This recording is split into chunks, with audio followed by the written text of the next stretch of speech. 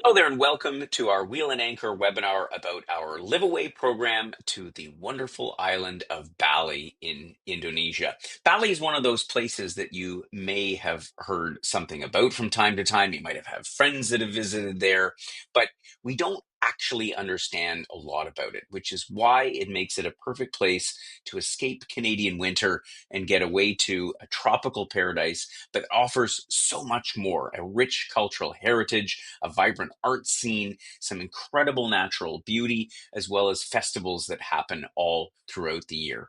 Bali is known as the island of the gods because there are literally thousands of temples, all of which have varying bits of spiritual significance.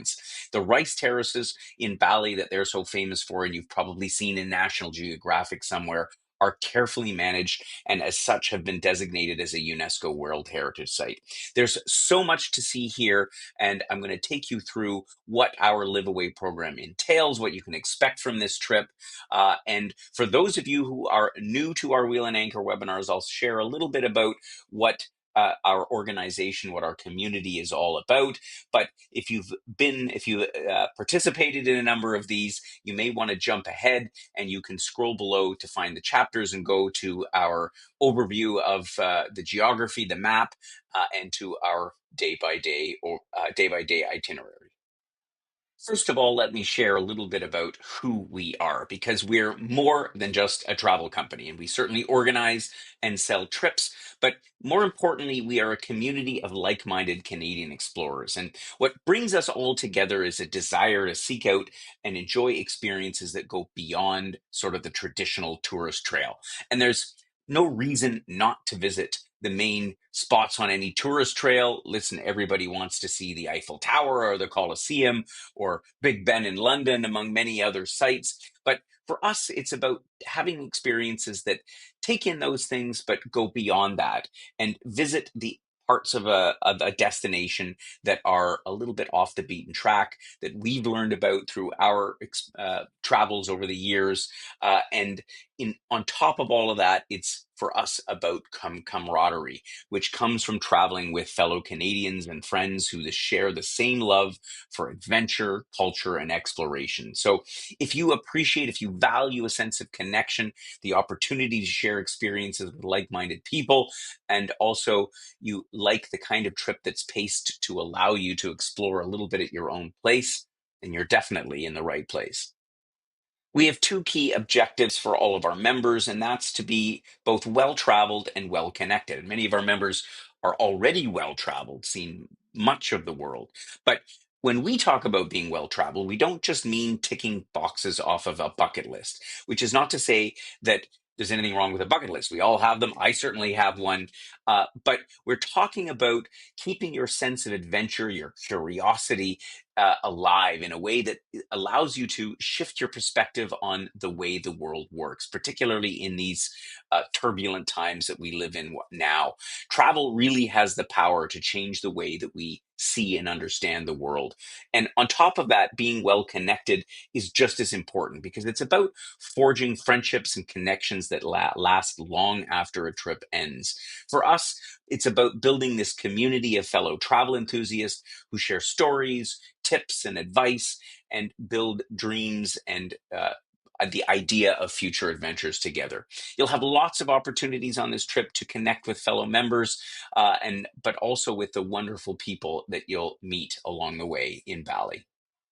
Before I dive into the details of this trip, I just want to share a little bit about who we are if you don't know us already. First of all, my name is Gordon Drager, and I'm the founder of Wheel and Anchor, and I curate all of the trips that we have here on offer. We're not a big organization, we're a small organization. This is part of our team here, and we consist of a group of really dedicated and passionate professionals who want to make sure that we deliver the best possible experiences for our members. So, the person that's most important for you, just to the right on the picture, is Paula Zarnik. She is our lead trip specialist, also a passionate traveler. And more importantly, she really wants to ensure that you get your questions answered and that you make the right decision to join us on this trip or any of the trips that we have on offer here at Wheel and Anchor. The agenda today is pretty straightforward. I've shared a little bit about who we are and what the mission is. I'm going to next go into what the geographical overview of our trip. I'm going to share with you the maps, you know, where we're talking about. And then I'm going to go into the detailed day by day itinerary to give you a sense of what you can expect on this trip. So, first of all, where is Bali? Well, Bali, of course, is an island province in Indonesia, which is situated in Southeast Asia, just below the equator. In fact, about 8 degrees below the equator, putting it in the southern hemisphere. And you're talking about Australia, which is about 2,000 kilometers to the south, the Malay Peninsula, which is up to the north, and you're basically in the middle of the Indian Ocean. The island itself is about 5,600 square kilometers, and you've got the neighboring islands of Lombok, which is over to the east, and Java, which is where you'll find the capital of Indonesia, Jakarta, of course, which is to the east. It's situated in an area called the Coral Triangle, which is known for its marine biodiversity. And Bali is one of Indonesia's 34 provinces. And Indonesia, as you may know, is the world's largest archipelago nation, which has over 17,000 islands, Bali being just one of them. This strategic location between Java and Lombok, down here just south of the equator, giving it a tropical climate, of course, has made it into a cultural and tourism hub. This is probably the most popular place that tourists will visit in all of Indonesia. Millions of people come here annually because of the volcanic landscapes, the beautiful beaches, and of course the unique Hindu culture. Now, looking at Bali itself, if you look at the map to the top, we're going to first spend the first week of our live away in the cultural capital of Ubud, which is a wonderful town nestled sort of in the shadow of Mount Batur, one of the two big volcanoes on the island. So our first week will be up in Ubud. This is where we'll get a chance to see the rice terraces. We'll get up to the volcano itself, and enjoy the cultural part of our trip. The second week, we're going to be spending down here in Sanur, further to the south. This is a more of a beach town. It's a lovely village. It's a little bit away from the hustle bustle of Kuta and Seminyak and some of the overly touristic parts of Bali, but allows us access to some of the marine adventures that we'll find in and around the island. So let's dive into the day by day itinerary. We're going to tell you a little bit what we're going to expect during our two successive weeks in Bali, one in Ubud and the second week in Sanur. We'll start off by arriving into Bali itself. The Ngurah Rai International Airport will be your access point to the island. And of course, how do you get to Bali? Well, that's a whole other conversation that I won't get into now. Needless to say, there are no direct flights from Canada. In fact, you're going to have to make at least one, possibly even two stops, depending on exactly where you're coming from. It's a long journey, no doubt, but believe me, once you get here, it'll be worth it. After we arrive and clear all of our customs and immigration formalities, we're going to be picked up for our transfer up to Ubud. Now, one thing will become immediately apparent in Bali is the traffic, because it is heavy. But we will get you up there safely and soundly. It'll probably take the better part of 90 minutes to get up to Ubud. But the beauty of it is that makes the rest of our excursions a lot more accessible. And that's the reason we have divided this live away into two parts. The first part, again, being Ubud, and the second part being Sanur. This is the heart, as I said before, of Bali's cultural and spiritual life. There's terraced rice fields around. There's beautiful temples all throughout the town, as well as in the countryside, and some amazing artisan markets. The shopping, sorry guys, the shopping here is great. This will be the place where you'll probably want to do most of your shopping while you're visiting Bali. Where we're going to be staying for the first week of our live away in Ubud is here at the Visesa Ubud Resort, which is situated just a couple of kilometers north of the central part of Ubud. Ubud is actually quite sprawling. And I stumbled upon this place on a recent visit to Bali, and I kind of fell in love with it immediately. It's situated among the rice paddies, but what I like most about it is the design. It's situated well back from the main road, and it's not even that main of a road. But this is important in Bali because there is quite a bit of traffic and there's quite a bit of street noise otherwise. But you go in, you pass through this wonderful security gate, you go down through across a bridge over a deep ravine, and then you come into this place with this grand open air lobby, all adorned in a beautiful Balinese architecture. If you look at the little photo there in the top left, you'll see a shot of me in what looks like a throne. This is part of the reception ritual. It's amazing, and then the whole complex is laid out like you see in the picture. The rooms behind these walls that are really reminiscent of what it looks like when you sort of drive around the Balinese countryside. There's various categories of rooms here. Some of them are situated in their own little compound, like you see here. This is an example of a one-bedroom so-called garden pool villa with its own little private plunge pool. They're spacious. They've got all the amenities that you can expect from a five-star hotel. Some of them will look out over the rice paddies, like the so-called rice field pool villa. Some of them have outdoor showers and also indoor showers, and they come in regular hotel room as well as one bedroom and two bedroom villa setups. So it's really perfect whether you're traveling as a solo traveler, whether you're traveling as a couple, you would like a little bit more space, or theoretically, even two couples could occupy a two-bedroom pool villa, or perhaps two solo travels that would like have separate bedrooms but be in the same. So you've got a lot of flexibility at Vicessa. Excellent dining on site. They've got two restaurants there that overlook the ravine. You feel like you're in the middle of the jungle. And of course, common pool facilities, all your spa facilities, really everything's there. This is a great spot.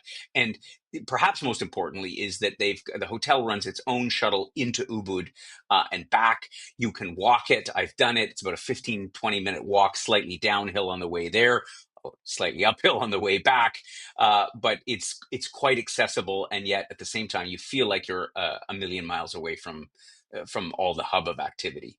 So we officially begin our stay in Bali, as we always do on a LiveAway, with an orientation tour where we'll take you into the center of town and show you around a little bit.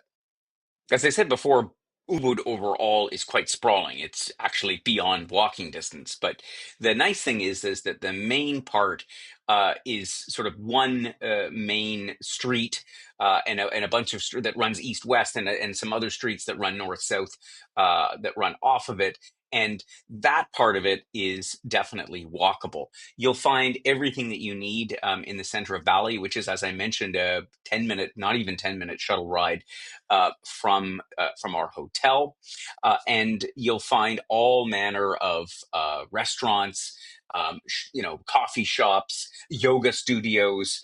They run tons of yoga and various other wellness and spiritual practice retreats in and around Ubud. And as I said, also some great shopping. There's some fantastic, artisan designers in there, and you'll find everything for sort of every price point, but some great stuff. So we'll show you around where the shuttle bus will pick you up and drop you off for coming in and out as you please, as well as, where are some of these important amenities. You'll get a good sense of it. You'll have time to wander around on your own. And that evening, we're going to have a private Balinese dance performance. And Bali is known for their festivals and their dance, and the pomp and circumstances is truly remarkable. They have some very intricate movements, super colorful costumes, and this really will give us a bit of a first glance into the mythology and the history and the traditions of Bali. Today's excursion will take us north up to a village called Kintamani, which offers us some fantastic views overlooking Mount Batur, as well as Lake Batur underneath it. But from there, we'll head over to one of my favorite spots in Bali, one of her most celebrated temples. Imagine stepping into a sacred space where crystal clear waters have flowed for over 1,000 years, offering renewal to both body and spirit. This is Tirta Impul Temple, Bali's legendary water palace and a cornerstone of Balinese Hinduism. Founded in the 10th century, Tirta Empul, meaning holy spring, was built around a natural aquifer believed to hold divine healing powers. This UNESCO-linked site remains a living testament to Bali's spiritual heartbeat. For us as visitors, the temple offers more than history. It's an invitation to participate in the Melokat ritual, which you can see me doing here. Of course, it's optional, but picture this. You put on a traditional sarong, and then you join locals under 30 stone spouts, each symbolizing a prayer for clarity, health, or gratitude. As the cool water cascades over you, it's easy to feel a connection to centuries of pilgrims who've sought renewal here, a moment of tranquility which will seem far removed from our snowy winters back home. But Tirta Empul isn't just about ritual. The temple's architecture, carved gates, moss-covered shrines, and lotus-filled ponds create a serene backdrop perfect for reflection. In fact, the springs themselves feed Bali's ancient subterranean irrigation system, a feat of engineering that has sustained rice terraces for generations. Today, in keeping with our LiveAway protocol, you either have the opportunity to do some exploration on your own or join us up to the Tabanan rice terraces. Now, as we drive around Bali, you're going to see rice terraces all over the place. In fact, they are often between villages or sometimes even between houses. But there are certain parts, like here at Tabanan in the heart of Bali, that they're known for some of the most picturesque ones, like you'd see in a National Geographic magazine. Here, we'll find some of the most breathtaking ones and some vistas overlooking not only the terraces, but also the volcano off in the background. It's serene looking out at these viewpoints and admiring the beauty of the countryside. We'll have time for enjoying a coconut, a classic drink in the Southeast Asian tropics, and we'll have lunch where we'll enjoy some of the traditional Balinese flavors. But in the afternoon, we're going to head off for another special spot, one of the many waterfalls in Bali called Tibu Sampi. This one is a little bit lesser known than some of the more famous ones, but you'll have a chance to have a refreshing dip if you like. I find that the waterfalls really cool you off when you're in this hot, humid environment of Bali. The path down is a little bit uneven, as it is to most of these waterfalls. These aren't major tourist attractions, but rather little hidden gems that we've managed to find on our adventures through Bali. Of another free day, you can hop on the shuttle bus from the hotel and explore a bit more of Ubud on your own. Bali is also well known for its spa and wellness rituals. You've all heard of a Balinese massage, ranks right up there with a Thai massage, but done a little bit differently. And so, if you'll probably indulge in more than just one during your 2 weeks in Bali. There's a few other places one might consider visit. You can head up to the Kampuhan Ridge, which has some beautiful views. It's just outside of town. You can go up to Tegalang, which is a favorite brunch spot and has some great views of the jungle and the rice fields. And yet another one for those who are interested in some wildlife is the Sacred Monkey Forest, where you'll wander around and the monkeys will be literally jumping all over the place. In fact, they warn you to keep tight hold of your handbag or your camera bag because they do have a tendency to snatch such things from unsuspecting visitors. There'll be another chance to explore a bit of Bali on your own. And one thing to keep in mind is that getting around is actually relatively easy because the local taxis are very inexpensive. In fact, we have a driver who we use routinely in Bali who's an absolutely wonderful individual. And for a pretty nominal price, he'll take you just about anywhere you want to go. But we have something in store for those who'd rather join some others in an adventure organized by us. And today's optional trip will take us down to a winery. Now, wine is not a typical product of such tropical places like Bali, but we found a little hidden gem called Saba Bay that's not far from the coast. We'll have a little wine tasting session where you'll taste some of the finest of what they have to offer. Now, don't expect a Bordeaux or a Chilean red here, but they really are quite unique and tasty, particularly considering where they're produced. We'll look around the vineyards, again, taste some wines, and then from there, take a short drive to the beach. We'll head to Karamas Beach Club, which is a lovely oceanfront retreat. It's known for the black sand beaches that you find in various spots around Bali. And here we can relax, unwind, enjoy a little bit of the seashore while the sun sets before heading back in the early evening. Today's adventure takes us north again into the central mountains of Bali. Our destination, a spot called Lake Breton, which is a volcanic lake located in the cool and often misty Bedegoul area. Sometimes the cool winds blow off the volcano and creates this incredible magical atmosphere. We'll find here the picturesque floating temple called the Pura Ulun Danau Bratan, which is located on the shore. There's a great photo of it here. This is a 17th century temple, excuse me, which was built for the Brahma Vishnu Shiva, as well as the lake goddess Dewi Danu. This is the Balinese temple, but inside the grounds, there's also a small Buddhist temple. From there, we'll head over to the UNESCO recognized Jatuliwi rice terraces, which are part of Bali's emblematic ancient rice growing culture and the water management, which dates back to the 9th century. This is an interesting part I mentioned before at the Tirtha Empul temple. This spot is way up in the hills, 850 meters above sea level, and it gives you a great view of the contoured terraces, which are irrigated with this communal water system, which was developed by a Bali farmer, and it's a cooperative known as a subak, which dates back again to the 9th century. We'll have lunch here.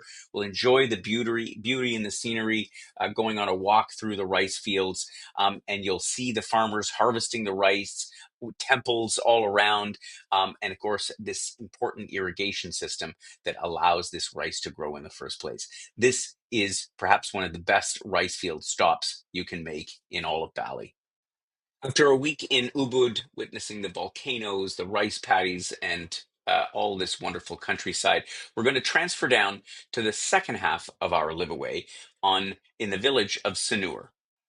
Here we'll check into our beautifully designed seaside resort, and we'll once again have an orientation tour that will give you a sense of all the amenities. Now, in this case, everything is right outside the front door of the hotel, all the restaurants, the shops, so it's super convenient. And what I like about Sanur is that there's this promenade that goes parallel to the oceanfront all along the beach for kilometers. So there's a great place to stroll around right from the front door of the hotel. And we're going to be staying in the Maya Sanur. And this is the same property we've used for the last few years. Our members really enjoy this property. As I say, it's beautifully designed inside, a great location. There's a wonderful long swimming pool. You can sort of see a picture of it here. And of course, you're right on the beach. And again, in the center of all the action. Here we have a great vista looking from the pool out to the seaside. Great place to relax. It's in the shade for a good part of the day, which is handy in on the hot tropical days. We also have a number of different rooms available here at Maya. And again, what makes the design interesting here, you can see the outside of them, how they've designed the balconies so that there's some privacy at the same time, lots of greenery. Our garden view rooms are really the perfect accommodation. They're spacious, they're well lit, like you can see here. They come in either queen size or twin bed configuration and have all the amenities that you can expect from a five-star hotel. In addition to the garden view, we also have rooms with direct pool access, and we even have our lagoon pool suites that have their own private swimming pool, which of course is a nice little feature to have. From Sanur, we have access to more of the southern part of Bali, including its beautiful coastline with its steep cliffs, as well as some beautiful beaches and its own variation of temples. Our first trip out will take us to Uluwatu, which is on the southwestern tip of the Bukit Peninsula, and it's home to some of the most famous waves on the island. This is really a surfer spot.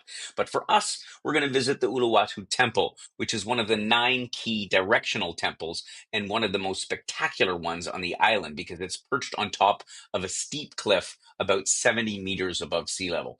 Our guide will take us around the temple and explain some of the most significant landmarks of the complex itself, as well as the surrounding area. While inside the temple, we'll have a chance at sunset to see the traditional Balinese dance called Kechak, which is performed in an open air theater directly inside the temple. This is quite a spectacle, a unique dance. We'll have a lovely local Balinese dinner and then head back to our hotel. Today, we'll have a free day in Sanur. By this time, we'll have had some busy days behind us. You might want to just relax by the pool, take a dip in the ocean. Of course, you can head out with our driver that's available if you wish, or you can enjoy our optional batik workshop.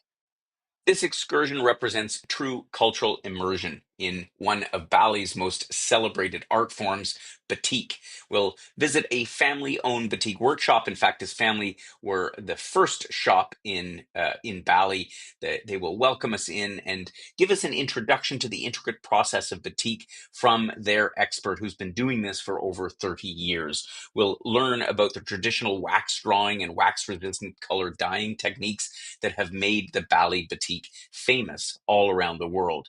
Then we will we'll roll up our sleeves and with the help of the artisan, create our own masterpieces.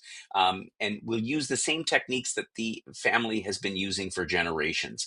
And in the meantime, while we wait for our own masterpiece to dry out, you can stroll around their shop and see some of the wonderful creations that have been made. And of course, there's an opportunity to buy those. We'll have a wonderful lunch after that before wrapping up the day. This next excursion is a foodie alert for those that would like to explore a little bit more into Balinese cuisine. This is the trip for you. We're going to head into Denpasar. That's the capital city of Bali. In fact, what the airport is named after, that's why you get the initials DPS. This is a bustling and vibrant hub that will give us a glimpse into Balinese culture as well as city life on the island. Denpasar is in the southern part of the island. It's a chaotic, frenetic blend of markets, museum, temples, and lively streets, but they all reflect a bit of the island's rich heritage.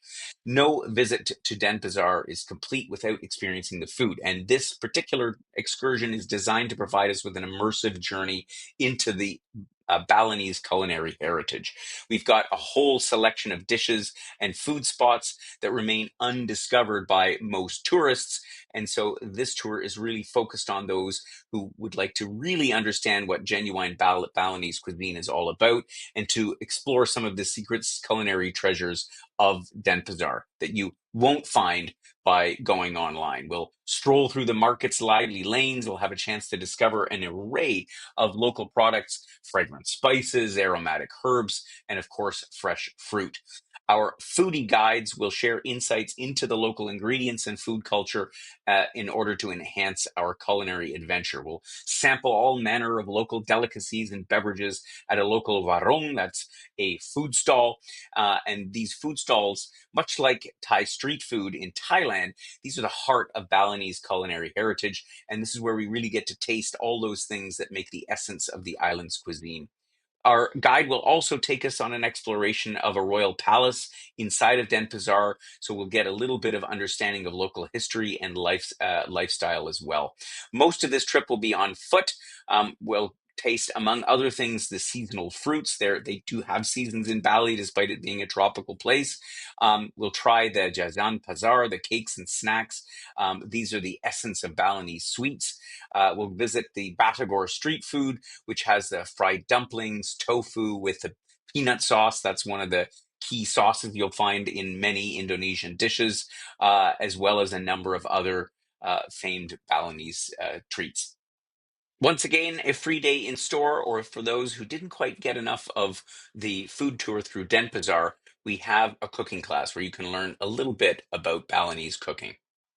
Now you can see the smiling faces of our members from a past trip, and they all had the opportunity to learn to cook Balinese dishes from a professional chef who's born right in Sanur, where we're staying. We'll get picked up from the hotel and we'll head out to a fish market in Jimbaran, where we'll have a chance to source some of the freshest seafood. While we're there, we'll have a Balinese breakfast, and then Chef will take us for a hands-on session where he'll share some of his secret recipes and techniques to make the tastiest of Balinese food. The end result, of course, is going to be lunch. I won't tell you what's on the menu because, of course, that's going to be up to Chef and what he finds in the market that day. We'll now gather together for our included excursion, which will take us on a boat over to the nearby island of Nusa Penida. This excursion is going to be by private boat just for us. We're going to head over to the sister island of Bali, which is halfway between Bali itself and Lombok. And we'll start off from the Serangan port, and it's about an hour long boat ride across the Badung Strait with some stunning views of Bali on one side, and of course, Nusa Penida on the other. We'll have beautiful views of the sea cliffs of the island. You can see some in this picture here, the hidden bays, the lush landscapes, and there's a whole variety of bird species that you'll find, including the endangered Bali starling for any birders that might be coming along with us. We'll then jump into the water and have a chance to do some snorkeling where we'll find an array of very tropical fish and colorful fish. And we'll pick our spot depending on how the sea conditions are. It's not usually typically very rough, but of course you never know. But there's spots like Manta Point and Crystal Bay, as well as Wall Point. There's a number of different spots we can visit. Each one has a bit of a different underwater experience. Some of them we'll have manta rays if we're lucky. We'll also get to drift through some mangroves, and we'll have a delicious lunch ashore. So it'll be a great opportunity. And on the way back, we will toast our way back to Nusa Penida in a wonderful day as we head back at sunset. One last day to enjoy Bali and all that we will have experienced. And again, by this time, you'll have found out where all the best markets are, or where the best spas are, and get a final massage relaxation treatment. And then it will be off either on our extension program or back home. Now, if you thought to yourself by this point in the trip, well, why didn't I climb up the volcano? You still have one last chance to do that. And so there are a number of opportunities to do a climb up Mount Batur. This is the smaller of the two. Mount Agung really is a much bigger ordeal, but Mount Batur is actually quite doable. You do have to get up bright and early in the morning. They'll transfer you up there, which from Sanur is about, it's a good hour and a half drive or so. You arrive still in the darkness before sunrise, and then you make a trek up with probably hundreds of other people. It is quite a popular thing to do. But as you can see in the photo just on the right hand side, that's a picture of me standing at the top of Mount Batur.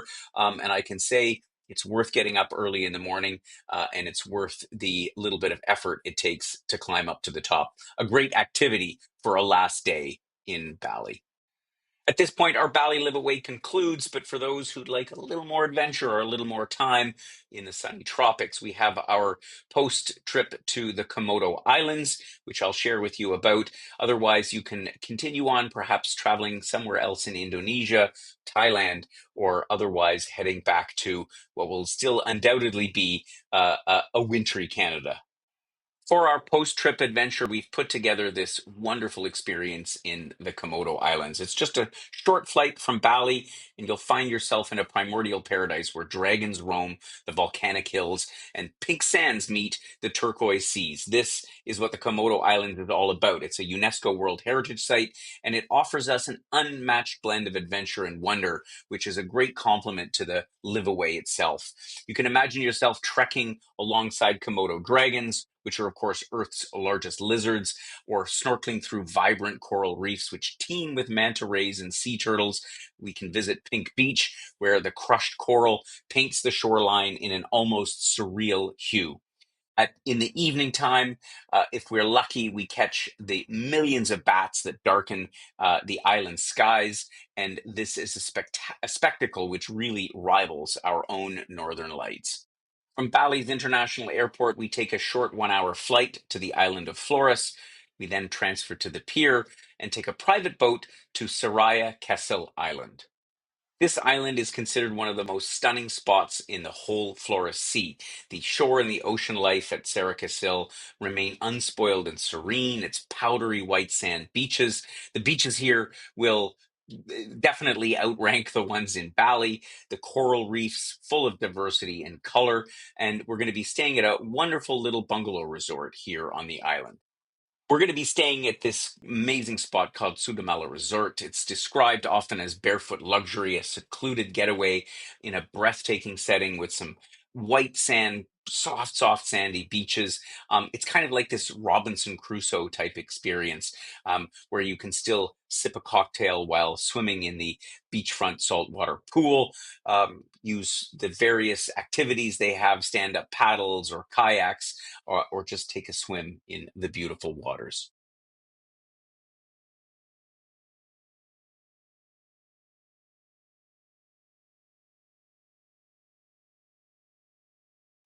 The accommodations consist of bungalows, private spaces, each room with equipped with all of the key amenities.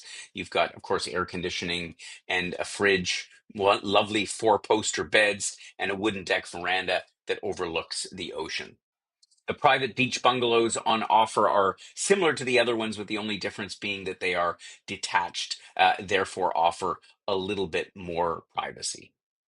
One thing that must be said about Sudamala is that you're pretty much off grid here. There's very limited, if any, mobile connection, and they encourage you to take this time in this tropical paradise to be off the phone, off the internet, and just soak it all in.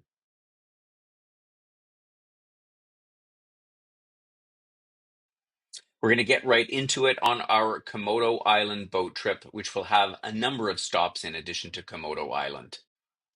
Among the other spots, we'll visit Padar Island, which allows us to take a small trek up to the summit of the island, where there's some beautiful rugged brown peaks overlooking a dry savanna, which is a very contrasting background to the gray, white, and pink beaches, not to mention the turquoise ocean.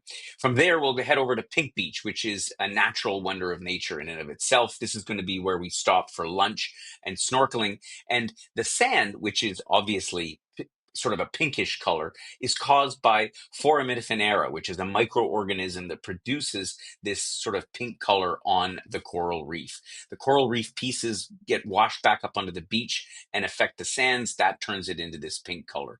Of course, the highlight is going to be Komodo Island itself. We'll be guided by a ranger and venturing into the, again, this distinct savanna environment with the huge palmyra trees to see the Komodo dragons in their natural habitat. It's a bit of a trek. It's going to take an hour to an hour and a half to get in there through hilly forest, along by some water holes. We may see some deer or wild pigs along the way, and the dragons will be found nearby preying on all these different other animals. There's about 2,500 Komodo dragons on the islands that are roaming completely free in the wild.